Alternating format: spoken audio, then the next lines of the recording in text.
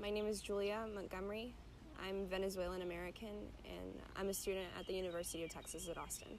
What it means for me to be Hispanic is to take part in like a whole different culture and have like an active role in it, and be able to love and understand this whole different side of you.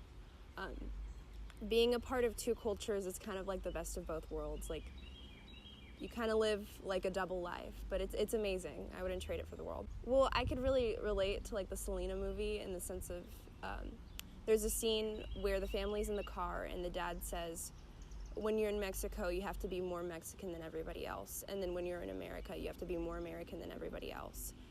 And what that kind of means is that like you're not fully one thing, you're half of two things.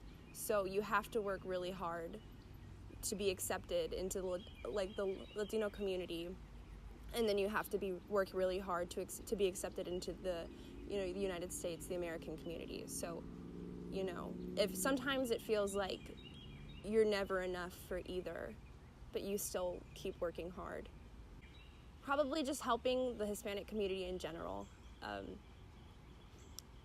I'm Venezuelan, but I feel like the Hispanic community needs to come together as a whole.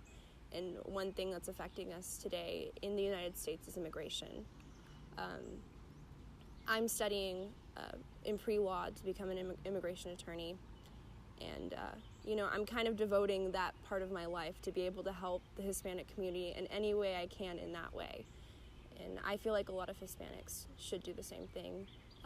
Not in the sense of immigration, but, kind of devote themselves to helping the community. It's probably personal experience. When I was young, I remember my grandmother was studying for a citizenship test. She only spoke Spanish, and she was studying for the exam in English. She was going to take it all in English. And I was very young. I was probably 5 or 6, and I'd sit there and I'd study with her. And we'd memorize together who was the Speaker of the House, who was the Vice President, who's the Governor of Texas.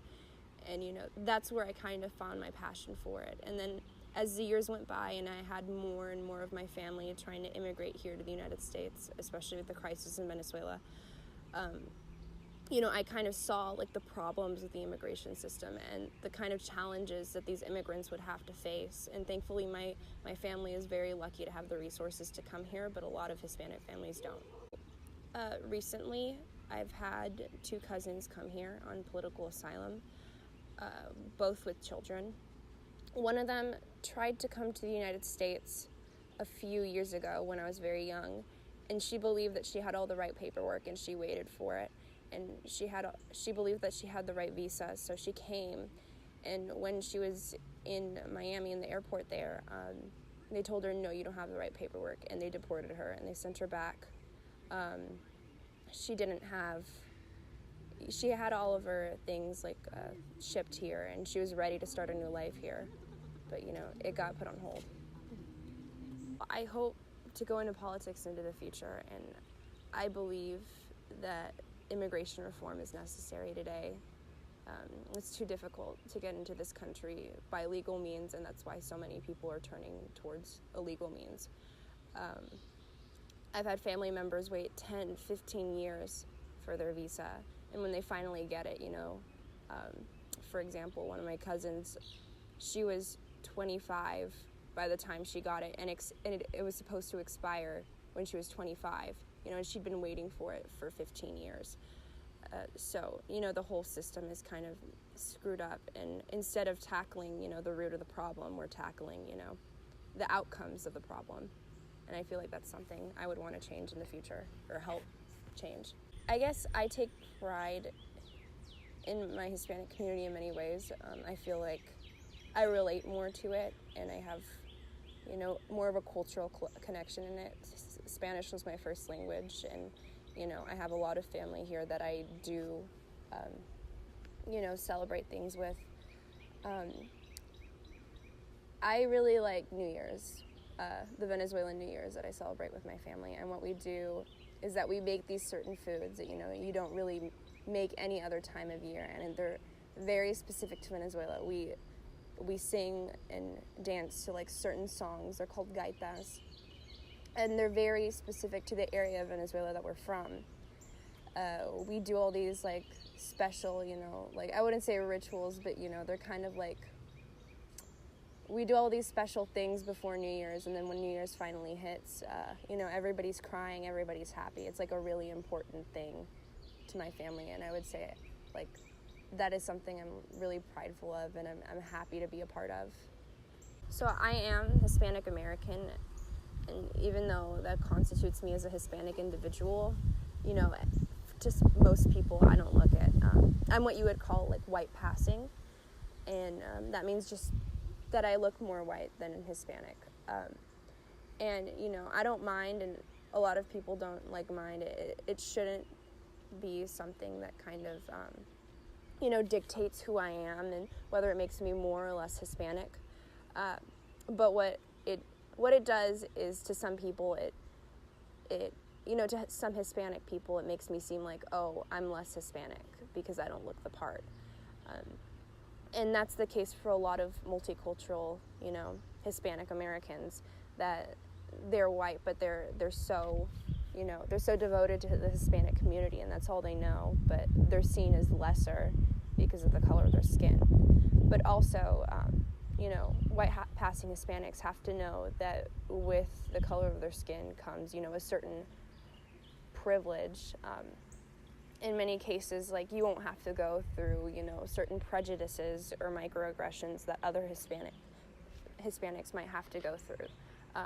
You won't have to be, stopped in a store because somebody thinks that you're shoplifting, or you won't be, in the case of Arizona, you won't be stopped by a police officer asking to see your papers just because you look Hispanic. So, with that, there comes an empowerment, and with that, you need to take, I believe that other white passing Hispanics need to take that privilege, and they need to, do something with it. They need to do something to help the Hispanic community back, Well, thankfully, I haven't faced too many bad challenges. Most of them come with the language that I speak with my family or friends. Once I was ordering food with a friend of mine, I was ordering it to the woman at the counter, and I looked over to my friend. I asked her a question in Spanish, and from then on, the lady at the counter looked at me kind of strange. And then when it was time for her to finally give me my food, she kind of threw it at me, and she called me a fucking Mexican. And I just didn't know what to do. I was just speechless, and I walked away. I couldn't really, my mind blanked, and I didn't know how to respond. Another one was my mom and I. My mom looks very Hispanic. She has very curly hair, very dark skin.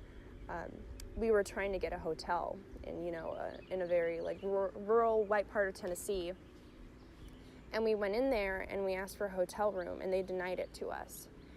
And they just told us that they didn't have enough space. But then we had my white grandmother go in and ask for a hotel room, and they gave it to her. So there's still a lot of prejudice today in the United States towards the Hispanic community, whether we just speak Spanish or because of the way that we look. And a lot of people face worse challenges than I do, and I'm very thankful and grateful to be in the position that I'm in. But it still hurts, and it still makes you feel like you're lesser and beats you down.